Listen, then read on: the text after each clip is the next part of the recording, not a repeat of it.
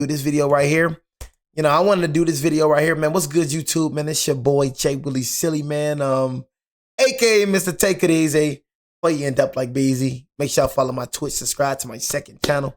Everything you need to know about your boy Jay is in the description down below, you know what I'm saying? But we got the real reason AJ Brown gets called a diva. You know, and I wanna see, you know, what's going on, you know, because when it comes to the Smeagol's, you know, everybody has been a scapegoat for Jalen Dirt, built like a sack of laundry. Everybody has been getting blamed. AJ Brown now getting the blame. The offensive coordinators now getting the blame. One thing that you Smeagol fans are going to understand, that it is Jalen Dirt. You're going to get that through your head sooner or later. You know what I mean? I've been saying it about Jalen Dirt. I've been saying this since the beginning of the season. Have I not been saying that Jalen Dirt is a system QB? There's only so much that you can do with Jalen Dirt. He's had 4 offensive coordinators throughout his tenure when it came to the Smeagol's. You know what I'm saying? I think he is on his fifth freaking offensive coordinator. You said Smug Giants. That don't even make sense what you said. See, people want to be like me so bad. You don't even make no sense, bro. Just let me have what I got going on, bro, and just call them the Giants. You know what I mean? Because I ain't gonna lie, that was lame as freak. Nobody's finna call them the Smug Giants. The Smeagol's, that right there fits you perfectly. You know what I mean? But yeah, I just feel like AJ Brown gonna request a trade, honestly. You know what I mean? He said play calling had to do with it as well. I ain't trying to hear that, bro. You know what I'm saying? That man got 4 offensive coordinators fired. You know what I mean? It ain't play calling, it's him. You know what I mean? He's only limited. He only can throw short routes. He only can throw drags, curls, and slants. I've been saying it, you know? So it is what it is. It's always play calling. There's always an excuse when it comes to Jalen Dirt, but Jalen Dirt is the problem. You know what I mean? So you telling me that every offensive coordinator got fired? So every offensive coordinator that's been under Jalen Hurts, under Jalen Dirt, has been garbage, basically? No, it ain't them. It's him. That's what it is. Voice, it blows up. If you got your wide receiver, if you got your star wide receiver talking like this, bro, you got your star wide receiver talking like this, you know what I'm saying? Then who you think it is? If you got your star wide receiver talking like this, you know what I'm saying? Come on, bro. He's the problem. He's definitely the problem. Every time AJ Brown raises his voice, it blows up. Everything good though, like you know what I'm saying? Everything straight. No. Where have you been? Family good, yeah. Yeah. Everything else, no. Man, trust me. Shit show. When he demands the ball. Hey, that boy didn't want to play me. Hey, he didn't want to play me in Madden again. You know what I'm saying? Hey, broski right here, he didn't want to play me in Madden again. You know what I'm saying? Bro never wanted to pick up the sticks with me again. Straight switch to booty. You know what I mean? I started calling homie Stanky Rondo. You know what I mean? Called me out on stream. Man, bro called me out on stream. You know what I'm saying? Called me out on stream. Had to do it to him. I ain't seen him ever since. No. Man, trust me. Shit show. When he I ain't seen bro ever since. He gets called the diva. AJ Brown needs to stop it. They got this diva mentality about them. You need to step to AJ Brown and tell him to shut his mouth. I mean, bro, he going to rock. The world attacks him. That's what wild out. They want to contribute. If they don't contribute to the win, that's how they look. But that's okay. The motherfucker used to read books on the sideline. But what if that fire isn't a problem? What if it's the solution? When AJ Brown raises his voice, it's not anger, it's longing for respect, for legacy. Not about we're not winning, or I don't care about winning, all I care about is stat. No, it's been week after week sometimes. We're not contributing, we're not doing our job on offense. This isn't about dysfunction, this is about a misunderstood star. A man who carries his pain and his passion in equal measure. You think you know AJ Brown? You don't. But to get a better understanding, we must go back to where it all started. Nothing is wrong with me, guys. I'm just gonna say that.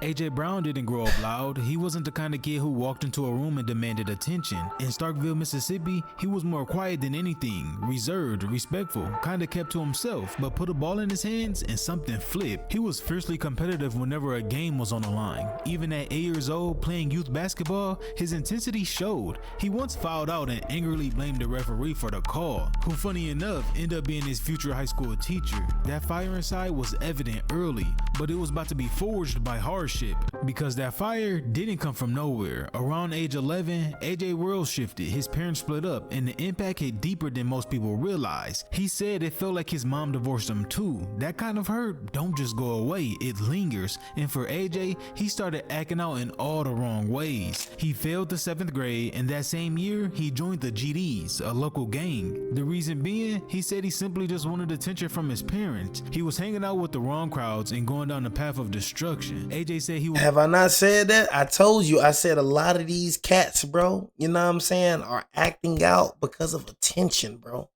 They don't get no attention from home, so they don't care if it's the wrong attention. They don't care what type of attention it is.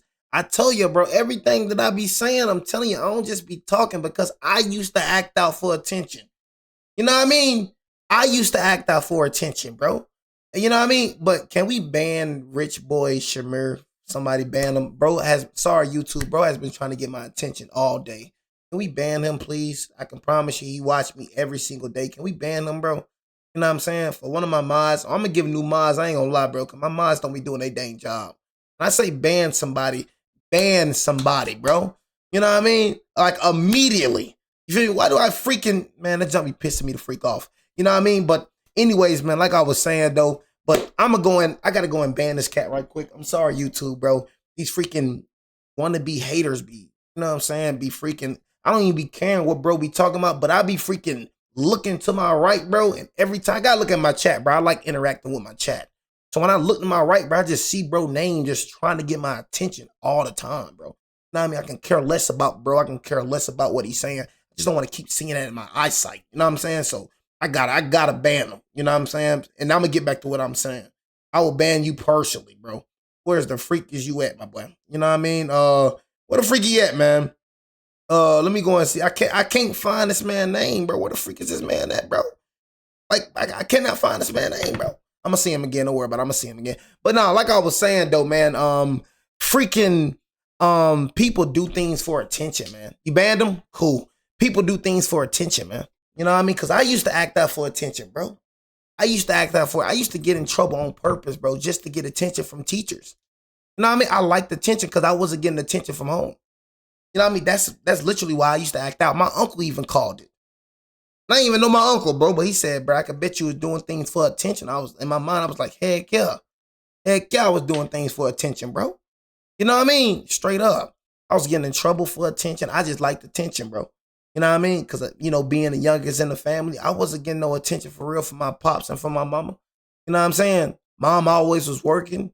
Dad was working too. You know what I'm saying? I wasn't getting no attention. So it felt good getting attention even when I was in trouble. See how dumb I was as a kid? That's a lot of these cats, bro. I'm telling you, most of these cats, you know what I'm saying? Most of these cats that's acting out, bro, not even like that for real. You feel me? They not. They just want attention. No matter if it's good attention, bad attention, I just want attention. Was doing things that could have got him serious time behind bars. Now I matured and now I start understanding like, dang, that junk was stupid. But a lot of people don't get the chance to mature. You know what I'm saying? A lot of people don't get a chance to mature and be like, dang, that right there was stupid. You know what I mean? It's too late for people to mature. They mature in prison or they dead. But luckily never did. I've been through stuff too. I sat in those seats. I didn't get in trouble with the police, God willing, but I made mistakes. And these mistakes that you all have made doesn't define you. Then came a turning point. One of the OGs in his neighborhood pulled him aside and told him straight up, go play ball. This shit ain't for you.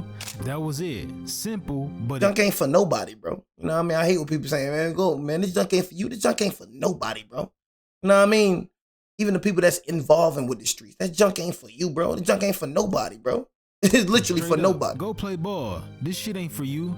That was it. Junk ain't for none of y'all. But it hit because AJ knew deep down he didn't want the streets. He wanted purpose, and sports gave him that. Gave him structure, a release, something to focus on instead of all that bottled up hurt. By high school is when he started turning heads. A late bloomer type. He didn't even play football his freshman year. Got cut from the varsity hoop team and just kinda wandered. But once he laced up the cleats again, it was different. His coaches noticed right away, we gotta get this best kid on the field, and not just for football. He was a star center fielder too, good enough to get drafted by the Padres out of high school.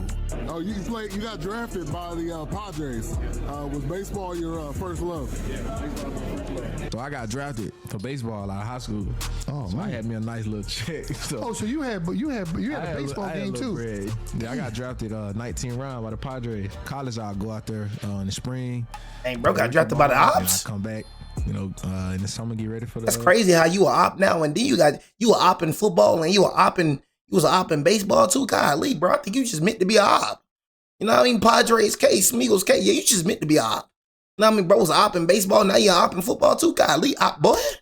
Football. But football is where he made his noise around town. From his sophomore year to senior year, he just kept improving from 500 yards, 6 touchdowns to just over 1,000 yards and 16 touchdowns, and finished it off with 1,300 yards and 13 touchdowns. And he went out the best way possible, a state champion. I just wanted to win, to be honest. I didn't care what I had to do, so I do my best to get a win. By his senior year at Starkville, the late blooming wide receiver had transformed into one of the state's most sought after recruits. But it all came down to the Big Four: Ole Miss, Alabama, Mississippi State. Should've chose the Alabama boy. But he decided to stay home.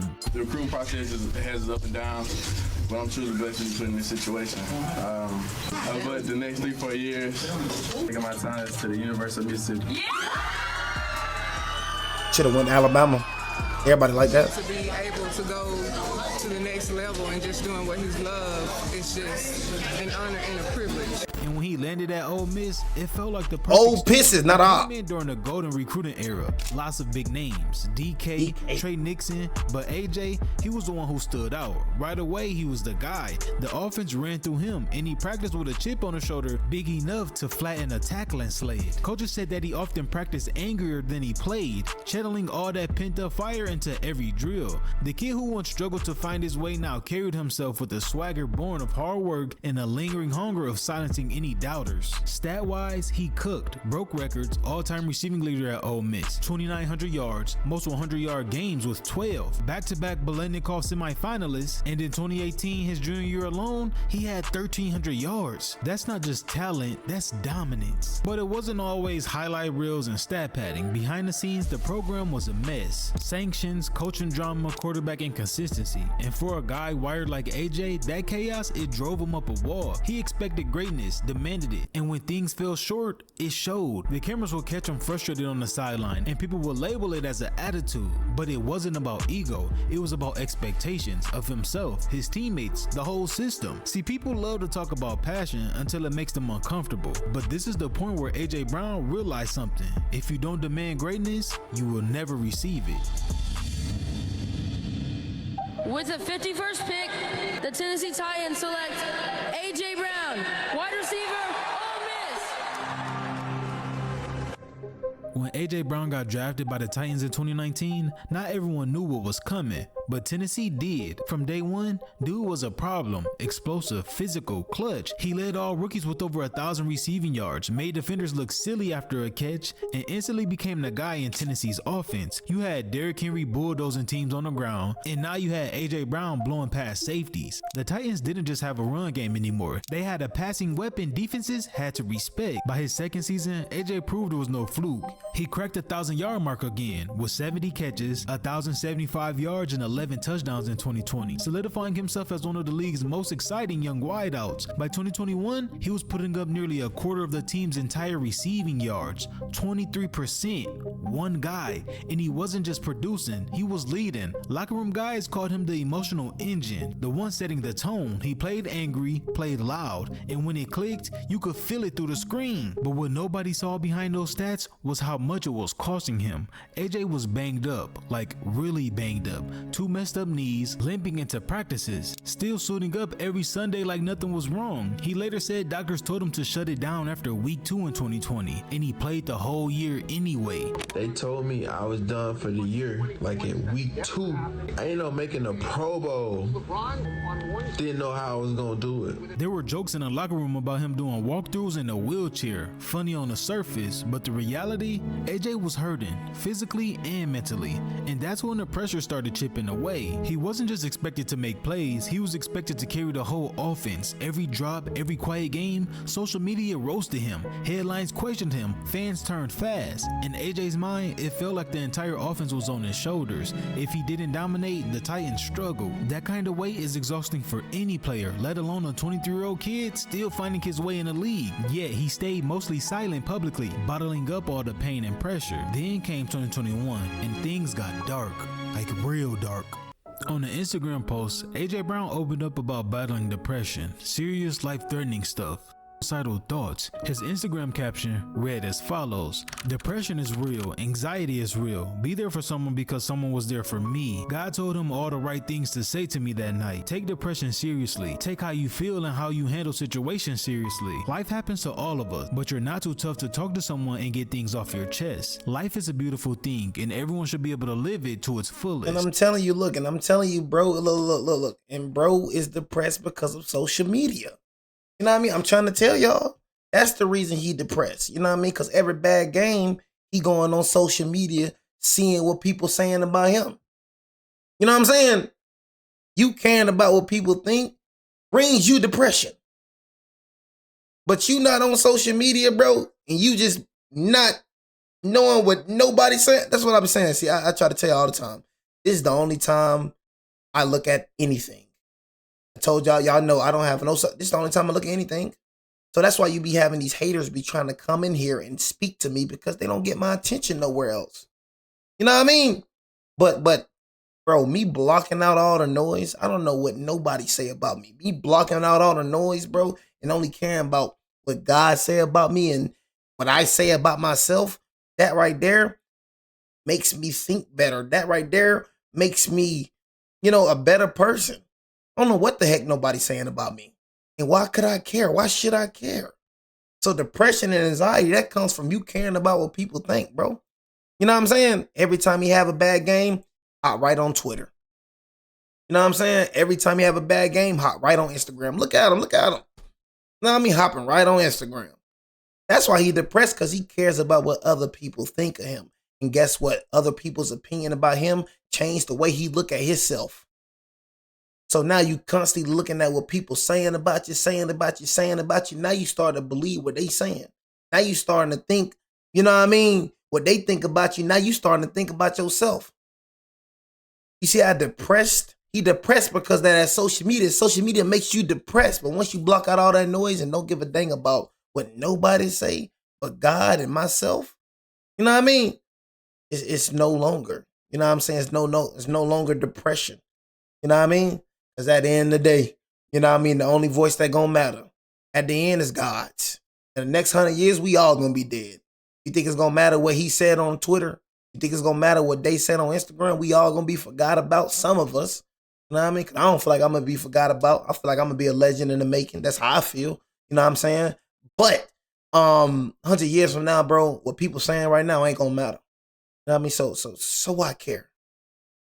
AJ said he was smiling on the outside, but on the inside, he didn't want to be here anymore.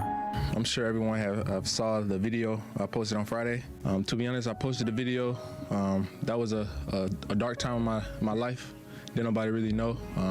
Really didn't take in consideration what depression really was. Money. That's how I grew up. Money don't help nothing, bro. Where I had thought about, taking my life. You could feel the pain in his voice when he said it. This wasn't about football anymore. This was about a 24-year-old man getting drowned by the pain, pressure, and expectations. At first, he didn't know how to ask for help. He was withdrawn, feeling like he had no outlet to vent his frustrations and sadness. But the turning point came when he bravely chose to speak out and seek help. He confided in close friends like old college teammate and I ain't gonna be just a Twitch streamer. You know what I'm saying? That's what you think. You know what I'm saying? But no, I don't let people put me in that box, homie. You know what I mean? Yeah, I'm gonna be a legend. You know what I'm saying? I can give a F how you feel about it. You know what I'm saying? Think about yourself, homie. You probably don't think you gonna be a legend, but shoot, I know I'm gonna be one. You know what I'm saying? I don't know where it's gonna be boxing. It's gonna be something. You know what I mean? But give a dang how you feel. You know what I'm saying? Whatever. Buffalo Bills receiver Elijah Moore and opened up to Titans coaches and staff. Head coach Mike Vrabel proved to be a crucial support, inviting AJ to talk whenever he needed and commended his courage to speak up. This period of his life left a permanent mark on AJ. He came out of it changed, a little wiser, a little more guarded about his own worth, and far more aware of how quickly everything he built could crumble. The pressure of the NFL, which he had once brushed aside, now affected him differently. He vowed to never let himself feel that low or unappreciated again. From that moment, AJ became fiercely protective of his values and his voice. His emotions were closer to the surface, and he wasn't going to bottle things up in silence anymore. Every slight, every bit of disrespect, whether it was lack of targets in the game or negative media narrative, it all felt personal to him now. He just pulled himself out of real dark times, and that meant never letting anyone or anything tarnish his worth ever again. By the end of the 2021 season, AJ had given Tennessee everything he had. I don't take people like that serious enough. Bryce, he be in this stream every single day. He gonna watch me become a legend. Don't take people like that serious. Just want to be seen. He knows me and I don't know him. Both physically and emotionally, the team finished 12-5 and earned the AFC's #1 seed, but their Super Bowl dreams came crashing down in the divisional round as the Bengals celebrated a 19-16 upset.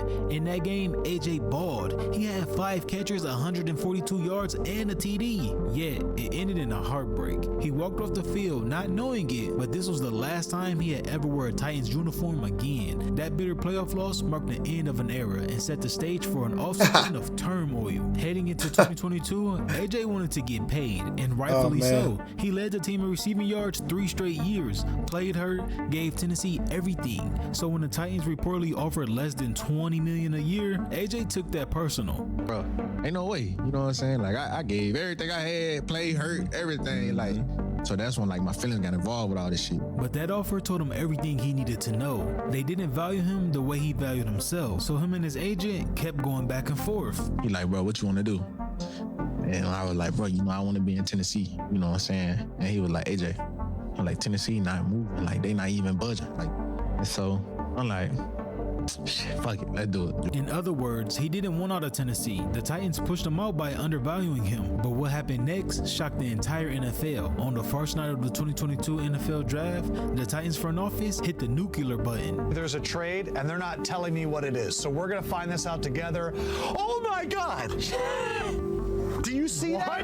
How about this trade that just went down? Wow, we thought it was going to be Deebo Samuel. Turns out AJ Brown stole the show here. This is big. The Eagles just traded. How about that one? In an instant, Tennessee had just shipped away their homegrown star receiver. The guy who just days earlier, Coach Mike Vrabel swore up and down wouldn't be traded as long as he was head coach. But as the head coach, you want every player that you think can help you win on the team. But then sometimes in the business of professional sports, you know, things go a different direction. Titans fans were pissed. How could the team give up on a 24-year-old Pro Bowler talent in his prime? The front office tried to do damage control. GM John Robinson and Coach ain't been the same ever since. Ain't been the same ever since. You know what I'm saying? Greedy billionaires, bro. Got all that billions of dollars and you don't want to pay your player. You know what I'm saying? Like, who the freak is you? You know what I mean? To not pay me. You know what I'm saying? I'm out here putting my body on the line. I'm out here doing all this junk. You talking about you ain't gonna pay me. Greedy owners, bro. I'm telling you, greedy owners, bro, can mess up a franchise. Ain't been the same ever since. Derrick Henry gone, AJ Brown been gone. Man, them boys ain't been the same ever since. Still going through it. To this day. Still gotta find a wide receiver. You know what I mean? Would have had AJ Brown. Still got to find a wide receiver. Derrick Henry. You know what I'm saying? Look at him, bro. Still suffering. That they made competitive offers and that AJ just simply wanted too much. But AJ Camp told a different story, pointing out how low the Titans' best offer was. The truth lies somewhere in the middle, but the bridge between player and team had clearly burned down in those tense weeks. However, Philly was willing to give him that bag. $100 million over 4 years, including $57 million guaranteed. The kind of deal Tennessee refused to consider. For the Titans, though, they used that 18th pick on a rookie wideout, Traylon Burks, an obvious attempt to fill AJ's shoes. But spoiler alert, it didn't work. Burks Burks, though not fault of his own, struggled with injuries and inconsistency. He never came close to AJ's level of production. In fact, over the next couple seasons, AJ blossomed into the NFL's most elite receivers in Philadelphia, while Burks struggled to dumbest move I've ever seen in my life. After multiple injury setbacks, the Titans even waived Burks following a training camp injury. What was initially framed as a business decision. And y'all, that's how I've been with the Giants, bro. Like dumb old GMs, and that's what I be saying. Stupid people that be getting into positions about who you know and not what you know, bro. Stupid people that be in these high-ranking positions that don't know what the freak they doing. They just know important people. You know what I'm saying? Everybody important for sure, but I'm just saying people that can get them inside certain doors. That be a lot of these GMs, but these GMs don't be knowing nothing about football, bro. Be clueless. You know what I'm saying? Owners be clueless. Don't know what the freak they be doing. You know what I mean? And just be doing stupid junk, bro. Thinking they smart, but really dumb. You know what I mean? Stupid. Bro, Tennessee could have been a legit contender. Imagine, like I said, I don't know about no Cam Ward, but just imagine if, you know, just imagine. Started to look like an outright mistake. As one Sports Illustrator later put it, the trade turned out lopsided in Eagles' favor. I am a little sad, you know, for Jalen Burks. You know, I wish he could, you know, get healthy because he's a good kid, and I talked to him. Yeah, good kid ain't enough. And it just sucks to see it go down like that. But that's from being a good kid. Marked a turning point in his career and life outlook. With the $100 million contract in hand and a championship caliber team, depending on him, AJ embraced a new mentality. I feel like I won, he said, surviving the Titans drama and coming out on top. To shine, and we needed a big team with a big market, you know, and I think this is the right place and the best fit for me. But when the Eagles traded for AJ Brown, the headlines were about the price tag, the first round picks, the $100 million contract, Philly going all in. But what most people didn't realize, this move wasn't just about the numbers. It was about trust. It was about brotherhood. And it started way before either of these two guys ever put on an Eagles jersey. I'm so excited to play with him. And he's a quarterback, I'm a receiver, so we get on the same page quick. See, when AJ was back in high school, Jalen Hurts was already a rising star at Alabama. And like I said earlier, AJ Brown was one of the most sought after wideouts in the country. Jalen being Jalen wasn't just working on his game, he was working on his recruiting. He wanted AJ bad, invited him to camps, hosted him on a visit, showed him around town like he was already a teammate. They only spent a couple hours together, but that connection was real. AJ would say later, people can recognize good people, and that's what it was. A bond was born, not just over football, but over who they were and how they carried themselves. Hey, it's John. What it is? Word on the street? It's John. Is that word on the street? You know what I'm saying? Because, bro, hey, it's John. One thing they don't want to say, they don't want to give hard. Hey, it's John. If you a Giants fan, bro, you better tell them folks, bro, that, you know what I'm saying? Bro, this is a whole new staff that we're building the Giant. I'm trying to tell y'all, bro. People just don't understand what is finna go on. You know what I mean? They don't understand, bro. Y'all don't understand what the heck is finna go on. You see what Tony's saying? You know what I mean? Tony, bro, I ain't gonna lie, bro. We know they didn't end up playing together in college, but that friendship stuck. Every offseason, telling you, Tony, bro. Hurts would drive an hour to Starkville just to throw routes with AJ. They are train, compete, trash talk, and sharpen each other's skills. Telling you. Two guys in the league. Fast forward to 2020. Keep trolling, boy. Jalen is the QB. I'm gonna give you warning, bro. Eagles are building something serious. AJ Brown is available. Don't like Jalen didn't just vouch for him. He championed the trade. Jalen instantly called AJ, and they knew what time it was. Hey, let's do it, man. Hey. Let's do it, man. And the chemistry was instant. Week 1, AJ put up 10 catches for 155 yards like it was nothing. By the end of the year, he set the Eagles' all-time single-season receiving record, 88 catches. I hope he requests a trade. 11 touchdowns. He didn't just become Jalen's top target, he became his echo on the field. Whatever Jalen was thinking, AJ already knew. And whatever AJ needed, Jalen delivered. But the stats only tell part of the story. What really set the two apart was the trust. After one tough loss, drops, illness, frustration, you will see them on the sideline. Everyone else was celebrating. You will see them standing there, quiet, focused. Then comes a one-armed hug. Hurts tells him he's proud of him. AJ later says that moment meant more than any touchdown. And that's the core of it. They push each other. They hold each other accountable. Jalen is the calm, calculated leader. AJ is the fire, the emotion. They bicker like brothers, roast each other in a locker room, argue mid-practice, and then dominate on Sundays. Behind all the banter is deep respect, real real friendship, a level of honesty you don't see often in the league. Together, they built something rare, and for the first time in his career, AJ felt fully heard, fully seen, and he played like it. But like the saying goes, everything that goes up must come down, because things started to change in that locker room very quickly. I love it. I love seeing this. I wish the worst. You know what I'm saying? See, for me, I love this. Like, this gives me some type of enjoyment and excitement just seeing the ops crumbling right now. You know what I'm saying? I love this. You know what I mean? Hopefully he requests a trade. Hopefully, you know, it gets worse. You know what I mean? I pray to God that it gets worse. You know, only worse I want. I want only worse. In that locker room, I don't want change. I don't want better. I want worse. I love it. I love it. Season, you could feel it. Something was off. And then all hell broke loose. Week 2, under primetime lights against Minnesota, AJ was caught on camera, obviously heated with Jalen Hurts. This wasn't just a diva tantrum for touches. It was a star receiver realizing something in the Eagles offense was off. But the funniest part about this was Devontae Smith, who when asked about this altercation after the game, he looked them reporters dead in what Devontae Smith? Was Devontae Smith, who when asked about this altercation after the game, he looked them reporters dead in their eyes and said, I don't know, what the hell y'all talking about? I don't know what you're talking about. Oh, man, he gonna be all right, man. You know, that's part of being a competitor, man. What did you have to say to AJ and Jalen? I guess heat of the moment. The conversations we have on the field are gonna be private. The media really wanted to blow this up, but to the team, it wasn't really that deep. But AJ just wanted to help the team, to feel involved. He finished with 4 catches for 28 yards. First, I want to address what happened on Thursday, and I want everybody to understand that sometimes emotions run high. Yeah, bro. And that's kind of what happened too. You know what, man? And that's another thing, man. That's one thing I don't like when it comes to, you know what I'm saying, when it comes to people that don't know nothing about football. Like, for me, bro, I play football, bro. Like it's just teammates going at it, bro. Like, it be these people that never play football that got a problem with it, bro. This happened, bro. When I used to play football, bro, this happened all the time, bro. You know what I mean? Dead for like teammates, like this happened all the time.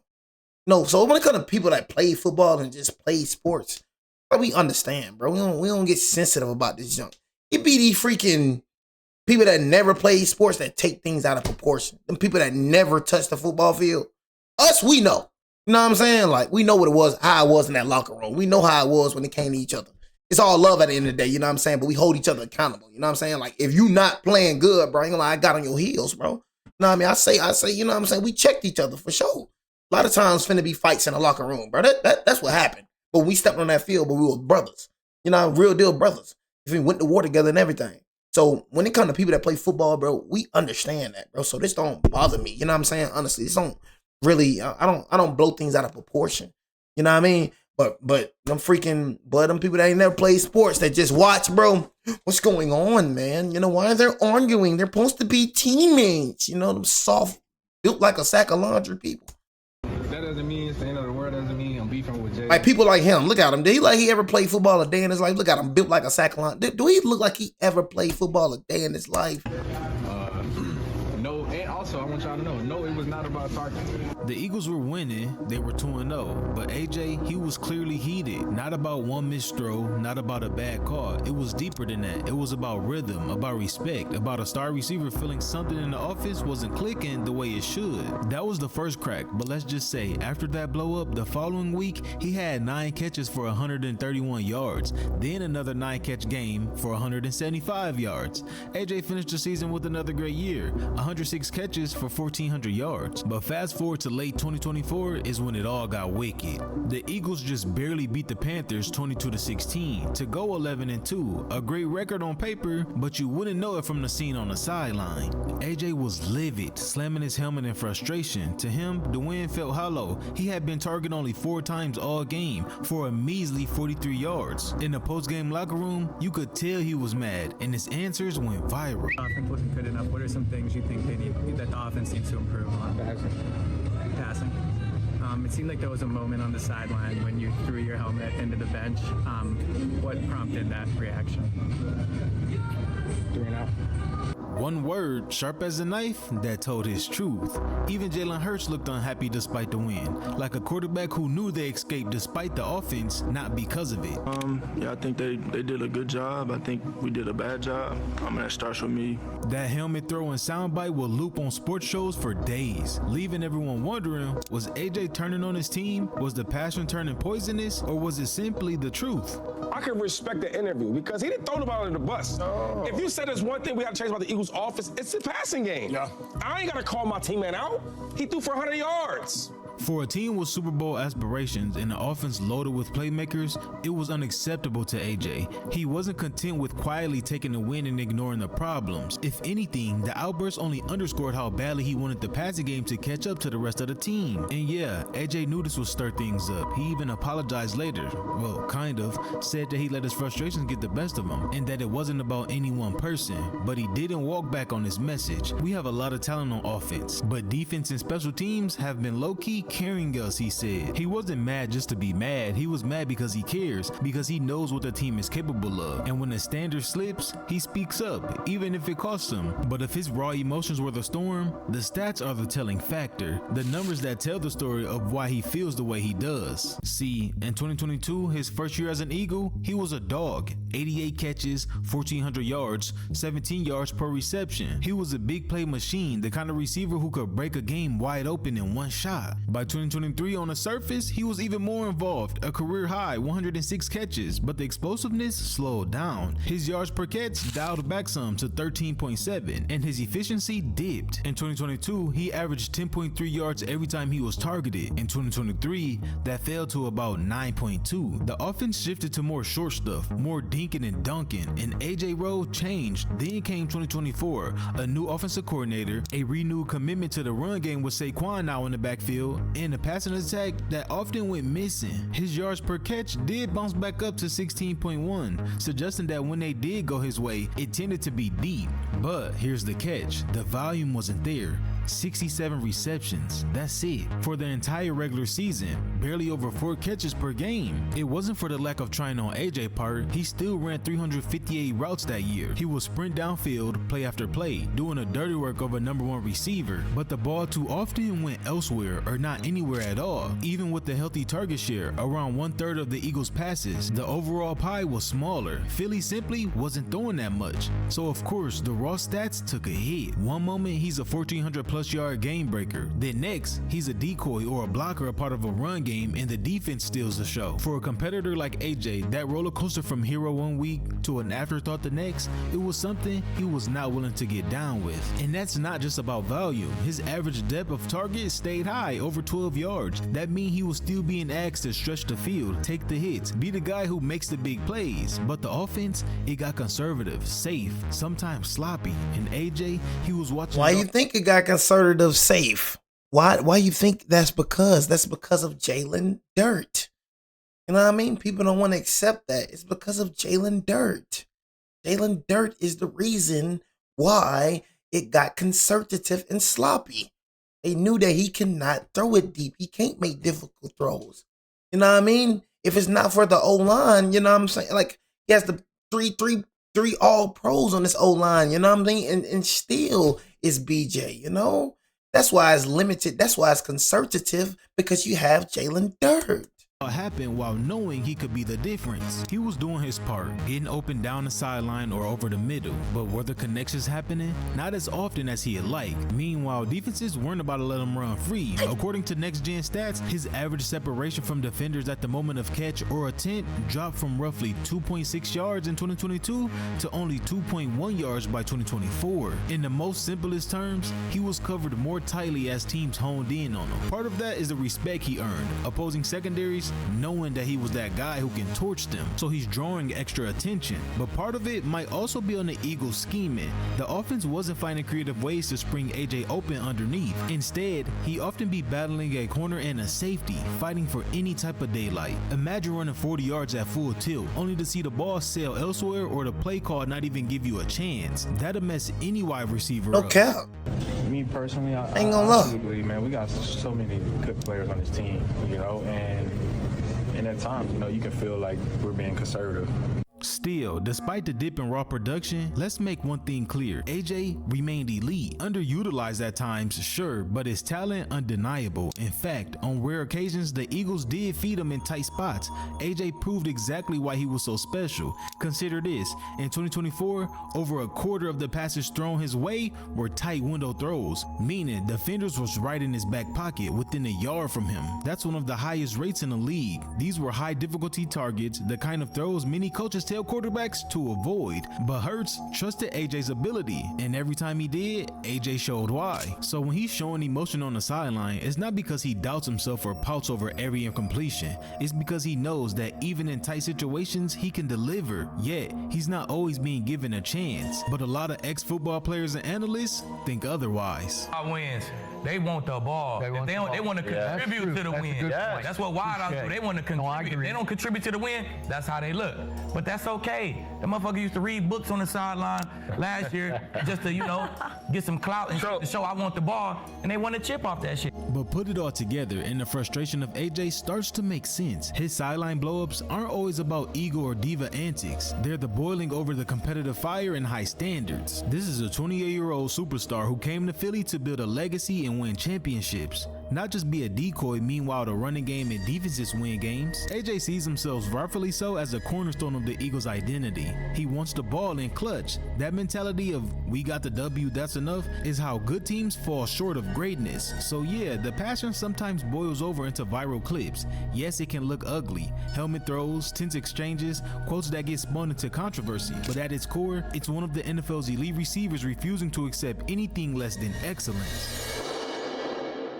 In Philly, AJ has done his part to help the Eagles through 2 Super Bowl runs and ultimately won the Lombardi Trophy this past season. Yet, the thrill of triumph faded fast. AJ confessed that the ecstasy of winning it all barely lasted 2 days before his mind shifted to bigger goals. In the afterglow of the championship, he immediately began talking about building a dynasty, aiming to make people talk about the Eagles the way they did to the 2000 Patriots. Complacency? Yeah, that ain't gonna happen. You know what I'm saying? I'm sorry to tell you, but I've been. And you heard what you said. This came out the horse's mouth, is that defense has been winning y'all games. Did this not come out the horse's mouth? That defense has been winning y'all games? You don't have that. You don't have a Sweat anymore. You don't have a Brandon. You don't have a Graham anymore. You don't have a Darius Slay anymore. You don't have a CJ Gardner-Johnson anymore. You don't have these players anymore. So you have to rely on your offense, right? So now Jalen Dirt has to be 10 times better now because he doesn't have the #1 defense in the NFL to pick up his slack. He doesn't have that. You don't have a Fletcher Cox anymore. You don't have those players anymore. You know what I'm saying? You have a whole revamped defense, excuse me. You know what I'm saying? That's just what it is. And I think that Reed Blankenship, I think that he is a free agent this season, if I'm not mistaken. So you probably lose Reed too. Can somebody tell me what happened to what happened to Jahad Campbell? Am I tripping, y'all? Can somebody tell me what happened to Jahad Campbell? I wasn't really seeing Jahad Campbell like that on the field. Did he get injured or something? What happened to Jahad Campbell? You know what I mean? I need somebody to tell me what the freak happened. I was seeing less and less of Jahad Campbell. Am I tripping? Never in his playbook, but even as a champion, AJ competitive fire sometimes burned hot after a lackluster. Says because of Nakobe Dean, so they sat Jahad Campbell down after what Jahad Campbell was doing. They chose Nakobe Dean, and then Nakobe Dean probably don't even be with them this season. Oh my God. I think Nakobe Dean is a free agent as well. So will y'all resign Nakobe Dean? Please trade away Jahad Campbell, please. I would love Jahad Campbell. I would love him. So basically, he has to share snaps with Nakobe Dean. You got a future all-pro linebacker, Jahad Campbell. You sticking with Nakobe Dean. Performance against the Packers, where he only had 2 catches on 3 targets for 13 yards. All I'm saying is I was seeing lesser. All I'm saying is I was seeing lesser and lesser of Jahad Campbell. That's all I'm saying. I was seeing lesser and lesser of Jahad Campbell. So I just want to know what the freak, was going on. Performance against the Packers, where he only had 2 catches on 3 targets for 13 yards. AJ opened up about how he really felt about this season while playing Twitch streamer Janky Rondo and Madden. Janky casually asked him, "How's life, bro? How everything going?" And AJ responded with a bit of laughter. "Family good, everything else? No, it's a shit show." Hey, look, everything good though. Like you know what I'm saying? Where have you been? Heck no. Yeah. Everything else, no. Man, trust me. Shit show. He laughed through the blunt words, clearly venting the pain of a star receiver starving for the ball. He even joked to fantasy football fans too. If you got me on fantasy, man, get rid of me. And the whole time they were playing, you could just see AJ throwing to himself. The entire scene was equal parts funny and a harsh reality, a superstar letting off steam by joking about his real world struggles. But the internet being the internet, those comments exploded in the media. Debate shows, social media lit up, some praising AJ's passion while others questioned if he was destroying the team's chemistry. He's been frustrated in the past. He talked about his frustrations. You're just finding different ways to complain. He's a bad fit in Philly. They said last year after the Super Bowl, trade him. Even trade him? Okay. Trade him. Trade him you want to. Trade him. You ain't gonna trade him. Trade him you want to. Trade him. Trade him. Know what I mean? Dude, you like to type, trade him and see how bad Jalen Hurts do. Trade him. Trade him and see how bad Jalen Hurts do. Since you want to trade him. Do it. I double dog dare you to do it. Yeah, trade him. Think it's him. Trade him. I bet you won't trade him. I double dog dare you won't trade him. Jeffrey Lurie took notice. In an unusual move, he pulled AJ aside during practice for a heart-to-heart conversation. For about 10 minutes on the sideline, the two talked it out. AJ promised the owner that he had stopped airing his grievances on social media, but also stressed that his frustrations came from wanting to be a part of the offense and help the team succeed. Lurie, to his credit, he told him it's no need to apologize for speaking his mind. He understood where AJ was coming from. And inside the locker room, nobody seemed to be panicked by any of this. Coach Nick Sirianni essentially shrugged off the drama as business as usual noise. Guys, I'm close to being done answering these questions with this. Like, he's working hard. He is a big part of this game plan. Oh, we know. From Sirianni's perspective, a little fire from a player like AJ was nothing new. Jalen even downplayed the riff, emphasizing that AJ is a true competitor who just wants to win. Obviously, AJ plays a pivotal role in what we've been and what we've done. And so we just have to continue to grow with that. His frustrations have been voiced after wins on multiple occasions now. Are you good with that? The more we drive that, the more of a distraction it becomes. And I think ultimately it's about the group. AJ's outspokenness came from a place of love for a team and desire to make an impact. Other teammates echoed the same thing. I was just talking about Jahad Campbell. I was just talking about my boy. You know what I mean? Talking about no Jahad gonna start. I think Jahad gonna start next year. You know what I mean? But the Eagles, they revamping. Their team is getting revamped. This is not gonna be the same Eagles team. I'm told you. I told people this. You know what I mean? And I ain't gonna lie, I was surprised that y'all lost to the Winers. I was surprised, but I told people this. I said the only reason they went to the Super Bowl in that 2023 season was because of their defense. The only reason they went to this Super Bowl was because of their defense. That's the only reason, bro. That's what been carrying Philly when it came to Jalen Hurts era. The freaking defense. You know what I'm saying? If they ain't got a good defense, this is how they gonna perform. This is how they gonna look. They need their defense to be number one. They need their defense to be top 5. They need their defense because Jalen Hurts is just that bad. Jalen Hurts is just that much of a system QB that he needs everything around him to be number one. He needs the defense. When they won the Super Bowl, was their defense not number one? When they won the Super Bowl, was his O-line not number 5, top 5 in the league? When they won the Super Bowl, did he not have a top 5 wide receiver duo? He needs that. That's what Smeagol's fans not understanding is you have a system QB. If you do not have a system around this QB, he will not succeed. The only way, you know what I'm saying? The only way, you feel me, that freaking, you know what I'm saying? The only way, you say your defense was trash. Yeah, your defense wasn't trash. It was a lot of high-scoring games, but your defense wasn't trash. You had Fletcher Cox, you know what I'm saying? You had a lot. You had CJ Gardner-Johnson. You had Darius Slay. On paper, you had one of the best defenses in the league. So please, let's stop that. You know what I'm saying? Honestly, you had Graham, you know what I'm saying? You had a lot of good players on that defense. You know what I mean? And then after you got rid of CJ Gardner-Johnson, after some moves got made, you got beat by the Tampa Bay Buccaneers. You know what I'm saying? So please stop that. You feel me? You got beat by the Tampa Bay Buccaneers. The defense that y'all had in 2023, you know what I'm saying? That defense was good. Please stop it. You know what I mean? Because right when you gave up certain pieces, you got your head beat in by Tampa Bay Buccaneers. And then guess what you got? You came to re-sign CJ Gardner-Johnson again. You know what I'm saying? Whatever, 2022, 2023 season. You know what I mean? That was going into the 2023 season, bro. 2022, 2023 season, it's the same thing, bro. The 2022 going into the 2023 season. You played in 2023. The Smeagol, you played in the Super Bowl in 2023. You ain't played in 2022. So 2023, 2022, 2023 season. Stop trying to be a know-it-all. You know what the freak I mean. Shut the freak up. You know what I'm saying? But like I was saying, though, bro, right when you gave away C.J. Gardner-Johnson, your freaking defense looked trash again.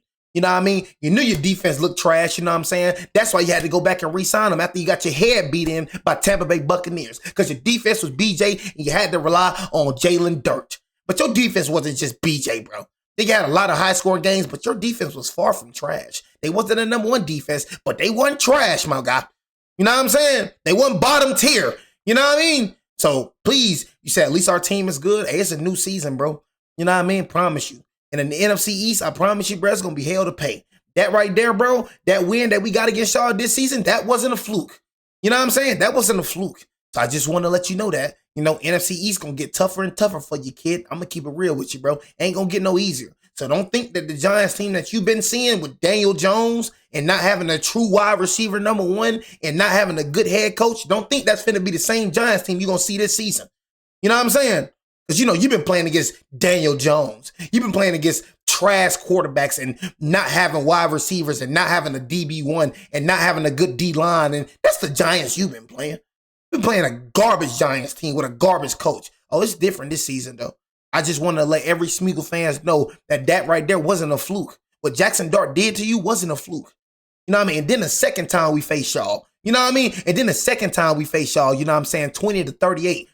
Kayvon Thibodeau literally stripped the ball from Jalen Dirt. You know what I'm saying? Y'all scored on that drive. Gave y'all 7 points right there. Darius Slayton got called for a crazy pass interference that led to us not having a touchdown. In reality, that second game was really supposed to be close to what it was supposed to be. You take down that Jalen Dirt fumble and you take you give us that Darius Slayton touchdown. It's like 27-31.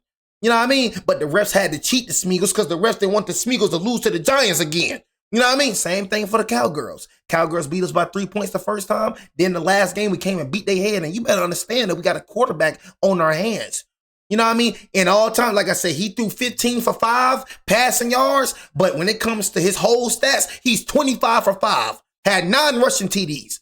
Oh, yeah, this quarterback, none of them. This ain't Daniel Jones at quarterback. This ain't what you've been facing. This ain't no freaking Brian Dable. This ain't no Aaron Judge. Oh, this ain't them trash QBs and trash coaches you've been facing now. Oh, no, this ain't that no more. Seeing a selfish diva, they saw the leader. This ain't that no more. Want to be better. Yeah. In light of my situation on Twitter. So you ain't finna just be running over. You ain't finna just be running over the Giants like you used to. No, we got a wide receiver #1 now. We got a running back now. We got a quarterback now. We finna get a good O-line now. We got a good D-line now. We got a good DB rule. Oh, no, it's going to be different now. Got a good head coach now. Making light of my situation. Oh, yeah. With my friend.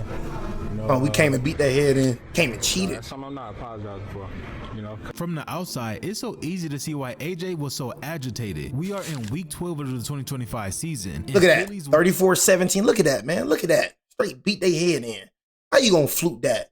You know what I mean? How you going to fluke that right there, chat? How you going to fluke that? Bro, we was injured, bro. You know what I'm saying? We was injured. We had practice squad. We beat the man, bro. He beat. How you fluke that, bro? You got beat by practice squad people. Cause you got beat by a quarterback that had practice squad wide receivers, and it was a fluke. Get the freak out. Y'all was only missing Jalen Carter.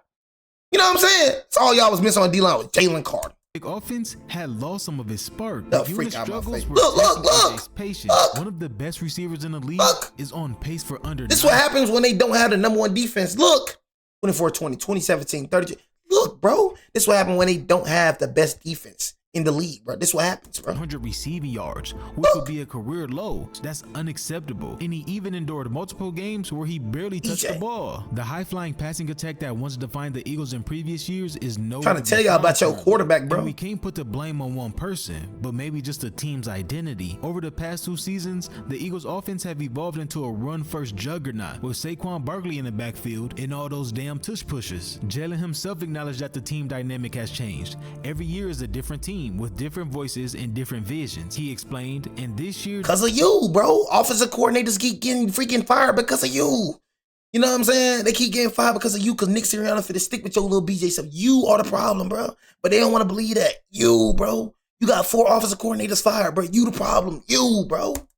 Every year. You the problem. You You know what I'm saying? I see right through all that BS. You, bro, you're limited. You are garbage, bro. You are BJ. You are a system. You know what I mean? You are offensive coordinator killer. That's why nobody wanted to come to the Smeagol's, bro. Took y'all so long to find an offensive coordinator because nobody want to come and coach this, man. Because they already know they're going to get the blame from Eagles fans.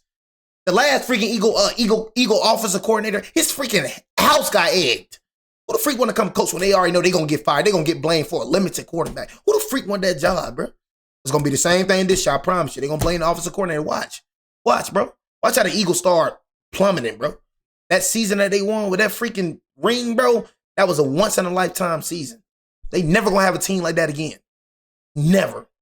And they only got 2 rings. How long did it take the Smeagol's to win another ring, bro? A different team with different voices and different visions. Okay. All I'm saying is Kevin Petula. All I'm saying is, okay, what about the other 3 offensive coordinators that he had? Why is every offensive coordinator getting fired because of Jalen Hurts? So it's like, okay, look, I'm just looking at it like this. You know what I'm saying? I'm looking at it like this. If every offensive coordinator, you know what I'm saying? If he had 4 different offensive coordinators, you know what I'm saying? If every offensive coordinator is getting fired because of him, we got to look at the number one solution. We got to look at it, bro. If it ain't him, it ain't the offensive coordinators. It's him, bro. You know what I mean? Or fired or left or whatever. Fired or left. You know what I mean? I think the other 2, y'all have 4 different offensive coordinators. The last one probably didn't get fired. Probably left, whatever. You know what I'm saying? But all I'm saying to you, he's trash, bro. He's BJ. It's not because of him. Not because of him. Explained, and this year, the vision featured a heavy dose. Put Josh Allen behind this O-line, you go to a Super Bowl. Put Lamar Harden in this O-line, you go to a freaking Super Bowl, bro. You know what I mean? Like everything is good. Your O-line is good. You got Saquon Durant. Your running back, nothing is bad on your team. Nothing anymore. Something's bad now. Your defense. And people figure out Saquon Durant. People figured him out. You know what I mean? So that right there has been close. You know what I mean? But anyways. of Barkley and ball control. In other words, the scheme and play calling shifted, and it meant fewer opportunities for AJ to put up stats like a true receiver. Said the O-line wasn't good this year? AJ, it was never about the numbers. It was really injured. Y'all was really injured. He didn't come to Philly to be a decoy. He came to dominate, to win the right way. What you know about Step the Yard, boy? He didn't come to Philly to be a decoy. He came to dominate, to win the right way. When the offense looked flat, he said so. And when a team leaned too hard on the defense, he called it out. We're not winning, or I don't care about winning. All I care about is stats. No, it's been week after week sometimes. We're not contributing. We're not doing our job on offense. So you can't just keep slapping the Band-Aid over that. And that's the truth with AJ. He's not built for silence. They don't like the truth. He's done that before. And look how that turned out. He has turned into a true leader, even if it don't like the truth, AJ. Comfortable. Through all the highs and all. You don't like the truth. One thing stayed consistent. AJ hates losing more than he loves comfort. He wears his heart on his sleeve, even if the world doesn't always get it. If there's one thing that they don't like the truth, AJ. That's how it is. That one don't like me. Being misunderstood. They don't like the truth. From Ole Miss to Tennessee to Philly. Tell the truth, AJ. Shows fire and people confuse it for attitude. They see emotion and call it drama. At Ole Miss, he was the angry kid, but he wasn't angry. He was hungry. A quiet, humble dude from Starkville with pain from his past and something to prove. In Tennessee, he became an engine behind a heavy run offense, and when he asked for more responsibility, people called him ungrateful. In Philly, he's been impactful in the Super Bowl offense, broken franchise records, and led a locker room. Yet, every sideline conversation, every Twitch stream joke gets spun into another headline. Diva, problem, distraction. But maybe AJ isn't the problem. Maybe we just don't get him, because when you look closer, he's not chasing a stat sheet. He's chasing wins, and he said it himself. He wants a voice in the offense. He wants to contribute. That's where the frustration comes in, because it's not about winning, you guys. Like, I want to win, yes. I want to help contribute as well. Do our thing on offense as well. I think that's fair. That doesn't sound like selfishness. That sounds like leadership. That sounds like someone who cares. And what makes AJ different is he says what others won't. He talks about mental health, talks about dark seasons. He laughs through pain, live on Twitch while cracking jokes, because that's his therapy. He's not hiding who he is. He's being honest. And yeah, that honesty makes people uncomfortable, but it also makes him one of the most relatable athletes in the game. Truth is, he's look, you can say when he get open, he can't catch. Okay, he missed a couple catches when it came to the ones. He missed a couple catches. Bro, let's stop acting like, you know what I'm saying? Like, say he can barely get open. Come on, bro. Like, you trade AJ Brown today, you're going to see how Jalen Hurts is. You say Jalen Hurts is him, and he's not the only reason we're losing. I'm not saying he's the only reason you're losing, but he's a main part on why the Smeagol's are losing. You know what I'm saying? And the Smeagol's gonna understand that. Before he got all these weapons, you know, if I'm not mistaken, his word on the street, was he finna get benched? You know what I'm saying? Before he got all these weapons, you know, like it's Smeagol's fans. I don't think y'all really liked him like that, in my opinion. So all I'm saying is Jalen Dirt, and he's easy to adjust to. You know what I'm saying? You feel me? He's easy to adjust to, bro. You know what I mean? You feel me? So it is what it is, bro. You know what I mean? And that's what it was this season. You know what I mean? That's what it was this season. It was he's easy to adjust to. It was people adjusted to the Smeagol's. People finally understanding what I've been saying this whole time. Jalen Hurts is limited. He got carried by Saquon Durant last year, and he got carried by that #1 defense. So if we stop the run, we make him a deep thrower. Let's stop the run and make him a deep thrower. You know what I mean? Let's stop the drags. Let's stop the curl routes. Let's stop this and let's stop the run. Let's contain short and conservative, and let's try to make him a real thrower. And let's see how he perform. How he perform this year, y'all? You know what I'm saying? How he do? How y'all look this year? You know what I'm saying? It's not about that. It's about people adjusted to Jalen Dirt.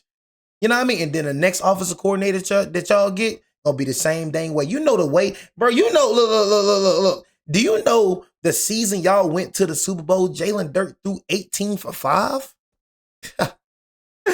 Oh my God. You know what I mean? Do you know the season y'all won the Super Bowl, he threw 18 for 5. Threw 18 TDs and 5. Do you know that Jalen Hurts has 55 touchdowns and 33 of them are tush pushes? The man got 55 touchdowns and 33 of them are tush pushes. Oh my God. That is hilarious. You know what I mean? That is funny. You feel me? That is funny, man. Perfect, never claimed to be. Of course you're going to outplay Patrick Mahomes when you're on the #1 O-line in the league. Of course. That's what I was just saying. Of course you're going to look better than Patrick Mahomes.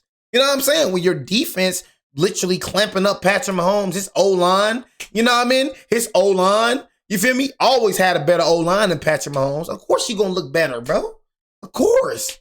But y'all seen when that O-line stopped looking good this year, what he looked like. Hey, Xavier, don't tell him, Xavier, but when that O-line started looking different this year, what he looked like? When you know, Lane Johnson was injured, what he look like, y'all? What he look like? Built like a sack of laundry. When that O-line went good, did Jalen, like, what he look like, y'all? You know what I'm saying? What he look? And they just giving Pro Bowls to anybody now. You know what I mean? Look mediocre. Your offense look mediocre. You know what I mean? When that O-line went right, mediocre. Mid. Oh my God, he looked terrible against the freaking Giants. Oh my God. That boy looked so terrible. I was like, bro, terrible. You know what I'm saying? But hey, Xavier, they don't want to get into that. They're going to keep saying, oh yeah, he played better than Pat, because look what Pat had to go through. Pat was running for his life. That last Super Bowl y'all played, nobody was getting open. Pat running for his dang life. Jalen Hurts, 1, 2, 3, 4, 5, 6, 7 pass. You can't compare Jalen Hurts' performance to Patrick Mahomes. You can't compare it. Patrick Mahomes going through what everybody go through. Like with a regular quarterback. Jalen Hurts, 1, 2, 3, 4, 5, 6, 7. Oh, he's open now. The man has so much time to find an open wide receiver. Oh, Pat Mahomes, 1, 2. Oh, shoot.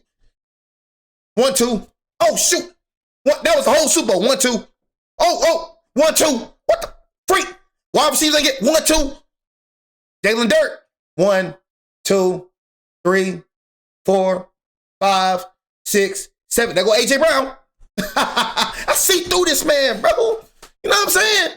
1, 2, 3, 4, 5, 6, 7. No quarterback has the luxury that Jalen Dirt has for.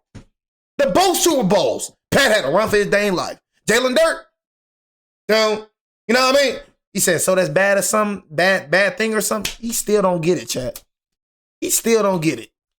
So that's a bad thing. He still just don't get it. You see what I'm saying? I can't talk to people that just don't get it. He still, after me saying that, chat, he still don't understand what I'm saying. That he looked good because of people around.